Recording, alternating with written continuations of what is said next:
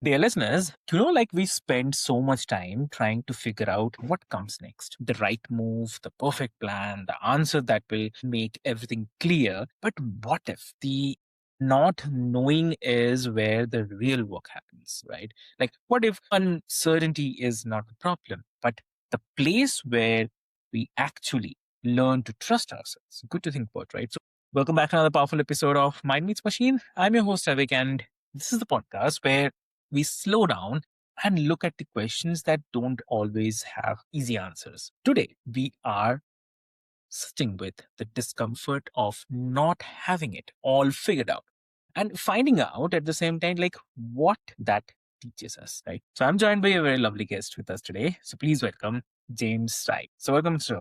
Thank you so much for having me on your show. Amazing, amazing. Thank you so much, dear listeners. I mean, we are talking about something which is very, very informative. Like I say about the question that I mentioned, right? It is very, very important in our life. And when we have James, I do not want to let that option to, get away where we can get to know a lot more things from him. James, I would love to ask you on this. When people feel lost or maybe they are unsure about their direction, right? What do you think is the most common misunderstanding that they have about what uncertainty actually means? I think what happens when we get lost as an individual, we feel unprotected. We feel abandoned because as children, we have always known the love and the physical protection, the size of our parents. Obviously, in a good, healthy family, we feel that protection when we're alone. And so as we get older and we're alone and we feel fearful, we feel unprotected. And when we feel unprotected, we start to become introverted. And when we're introverted, we lose objectification of others because we're just concerned about ourselves because we're trying desperately to protect ourselves. And it's just an evolutional structure of defense and then flight afterwards, right? You will always defend yourself because you don't feel protected. But that's the big thing that we have to get over is that fear of being lost. And it's very painful to feel lost. So, I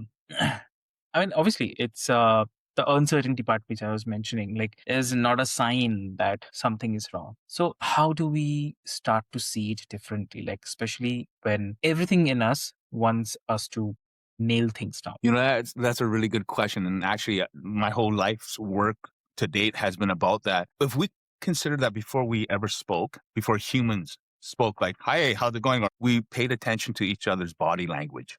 We saw how each other moved. And by seeing how each other moved, we could intuitively, because we're predators, we could tell by body language, we could tell if somebody was walking or not feeling well just by looking. And then the emotional articulation occurs through evolution. So if we start to actually look at how people's bodies move and trust our intuition, which is what I have done, and it's kept me alive, obviously, for some very dangerous situations. But if we're paying attention to body language, then we start to have more of that visceral empathetic structure, which is our apex predator, because we've learned to pay attention to whether or not there is a weakness or a strength. So once we start paying attention to body language instead of just talking all the time, because there's a lot of instant talking on social media instead, just kind of like, I guess kind of like my Chinese dad, where it was just, you just stood there and you didn't have the emotions and you observed and then you gave heck. But we are so quick to have instant gratification. And so we no longer want to pay attention to body language.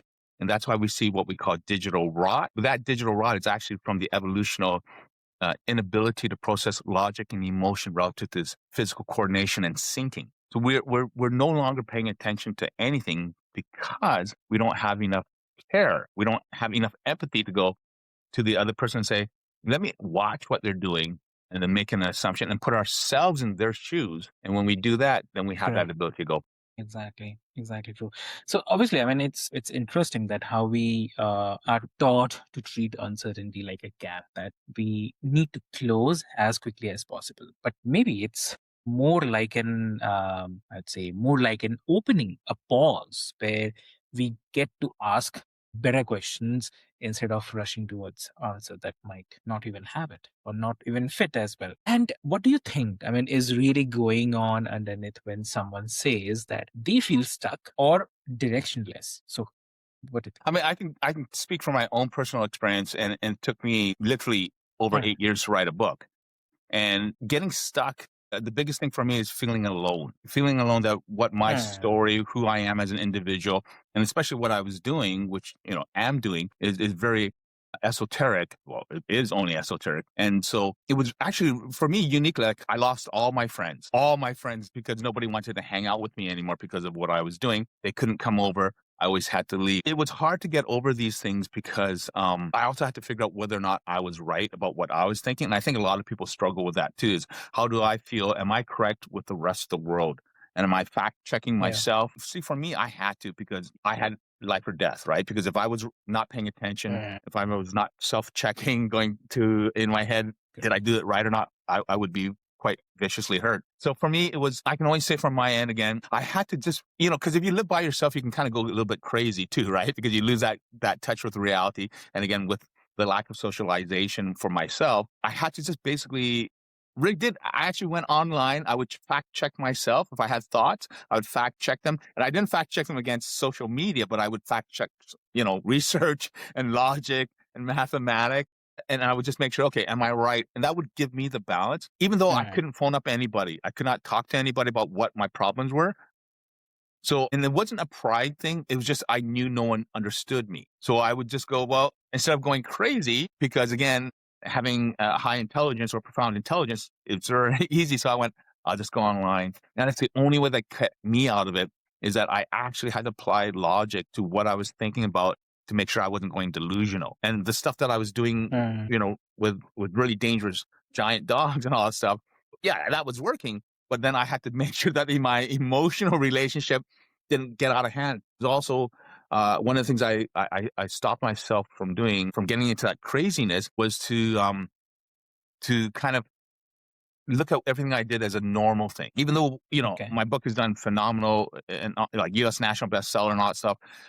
But at all times, it's kind of like just, I know what I can do. And I just want to teach people so Mm, that we can save lives. And I guess that part of really understanding who I am, did I want to share that's the thing too. Did I want to share with the rest of the world what I can do? And mm, it was, yeah, no, it's trying to get out of that fear. I mean, on a personal level, and I'm sorry to make it my own, but really good question again. Yeah, I had to try. I really had to try and get out of the morass and out of like, I mm, really knew that if I didn't stop myself, I could go crazy. You mm. know what I mean? Like, where you feel that point where you're like, nobody understands me, so I can't trust anybody anymore. And I don't want to share anything with Exactly. anybody. And That because, frustration comes, yeah. oh, yeah, I was like, nobody understands me. Like, I never cried or anything. I would just go, well, why should I share it? Yeah. Right. But then Correct. again, I Yeah. think that previous question is like watching people and seeing all this, not to bring it down, but to see the Mm, suffering, like, oh my gosh, to so wantonly enjoy the deaths of so many children, for example, with cutting aid to them and all that stuff.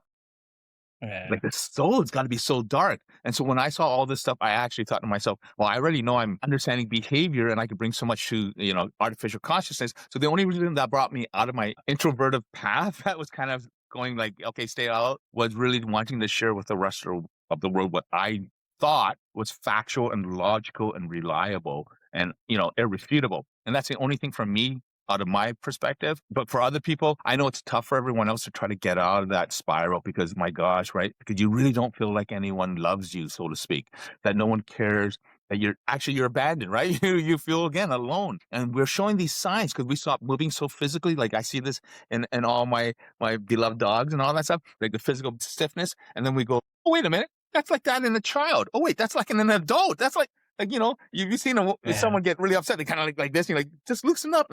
And it's like, oh my gosh, there really is it's not like, I don't want to call it, it's not uh a magic thing. It isn't. It's really like this thing of Yeah.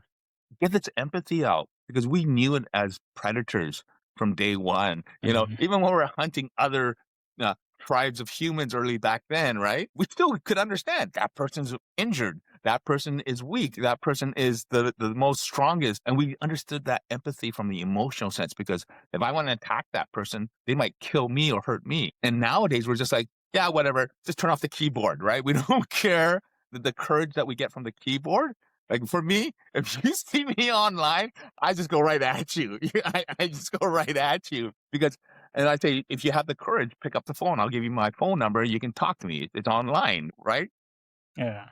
But yeah, I think we've really been coddled too much in that sense of everything that we say is also curated by the social media regulations. So there's like a business platform that I'm on. I'm not going to name it, but it's Mm, like, oh my gosh, it is such a kumbaya kind of thing. And it's like, well, then how do you even have the drive to get better if you're always trying to be thankful and appreciative of everyone else? And it's not like an evolutional structure, but it's like what drives evolution, genius, and ideas is the emotional drive, not to be better, but to give more to the people. And then when I see all this, oh, let's take care of each other, and it's the homogenous kumbaya thing is destructive because now we have that little circle, true. right? You're like banging your Yeah. head against the insanity wall. Sorry. Okay. Anyway, yeah. So yeah, we could talk about that for a while. But yeah, sorry. Definitely. Yeah, definitely. We can definitely talk about it. And also one more thing, like, when someone is making progress with this and then they hits a setback, and I believe that is the time when the problem comes. Like maybe they slip back into their old patterns, old anxious patterns, and they start forcing decisions again and again. So, what do you think? I mean, what helps them find their way back? Have a story that is factual about yourself. Have a story of evidence about yourself. And not one of those crazy ones where like, oh, well, one day I'm going to be a superstar or singer, but an actual Yeah. factual thing, especially like when we're debating or arguing online with people. If you're Uh, going to argue, be factual. If you're going to argue, spell check. You know, if you're going to be arguing, make sure that you come with your A game. And if you can't come with your A game, make sure that the next time you do, you have that. But people aren't doing that. We've capitulated to the convenience of moderators. We've capitulated to the convenience of this self-regulation that, oh, well, we don't want to say something that's controversial in case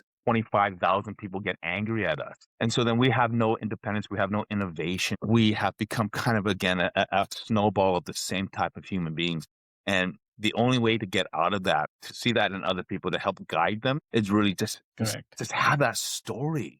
Because if that story is true, if you can put that story anonymously out on the Mm, right, James Tsai rehabilitates extremely human predatory dogs, and I can prove it. That's my factual story. Everyone goes, yeah. he's cuckoo, but then you're proving it, and I prove it in my work. So if you have a story Mm, that you feel you're being attacked for, or your life is being attacked, just write the story. If it's not even this glamorous thing, because I yeah. associated with very well-established individuals. It's not a glamorous thing about this. Your success is about whether or not your facts are true. My gosh, I Mm, would be so embarrassed if I was like saying I could do these things, and then at the end of the day, I couldn't do even one of the things I claimed about. And so it's not really a pride thing either. It's because for me, I know that what I am leaving behind has to be factual.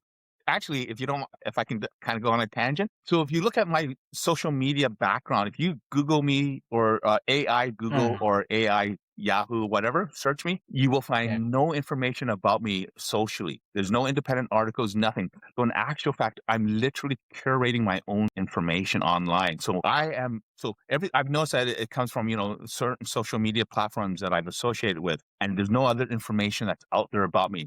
So all the things that I'm talking about, like dismantling Watson reasoning task and all these other aspects of profound disruptions to behaviorism. The funny thing is that artificial intelligence has no background on me. So all my words that are neologisms that I am kind of, putting together and connotating, making up, so to speak. Those words are Mm, being now used as verbatim in the printing of artificial intelligence results about me. I've come up on the top 2 rankings under the soul of a dog. So I'm literally curating mm, my whole life, my whole introverted life, because I'm really not a public person.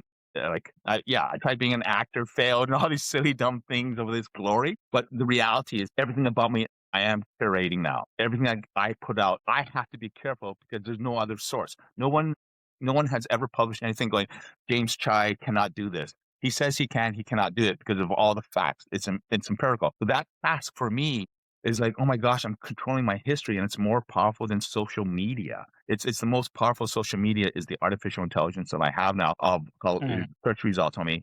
And I'm like, oh my gosh, I really have an obligation to make sure that my history, because I'm now the only one controlling it, which is just ironic, yeah.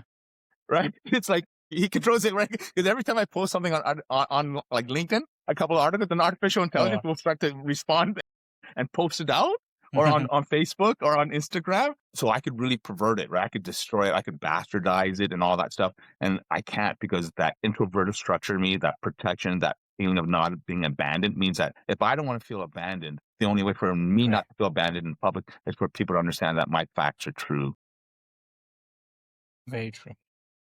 Yeah, it's the thing of having Chinese parents. They were very, very, very much like, you don't lie. And if you did lie, you go like, okay, go Yeah. outside, get that big stick, the one that is gonna, and then they just use it till it breaks, and they go get another one. Just my personal trauma. I'm sorry. No worries, no worries. And I mean, yeah, definitely. So, I mean, I know time is constrained, but still, like, if you have to give one advice to the listeners, what that be? Don't lie. Don't lie about yourself. Don't lie about what you can do. Don't lie to self-aggrandize. Don't lie to self-embellish. Don't lie to increase your wealth. You don't have to. If you're really capable of doing something, then just stick true to it. And it makes you a better person, even if you're not part of this big cog. Because, before my book, I was like, James, what? Who's that loser, right? Like nothing came up about me. And so if you're truthful to yourself and you don't lie, you make sure that the facts are facts. Make sure you check online, you Yeah. double check, you triple check. You have to have a little bit of pride. I know it's kind of a sin in some religions, but you still have to have some pride, because if you don't have the pride, then you have no reason to share it.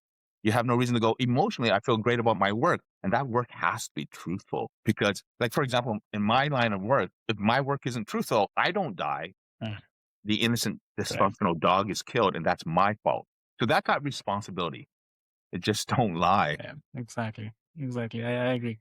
And if listeners wants to connect with you, how they can connect? So I have a website, arfarfbarkbark.com. It's kind of low budget, but you can see my book online, Amazon. It was U.S. National, #1 new release in Canada, USA, and all stuff. You'll be able to find it just basically just going The Soul of a Dog, and it'll instantly come up on there over other like PhD behaviors that have been around for 40 years. Yeah. It's an incredible honor. I'm sorry, the craziest dream to live right now.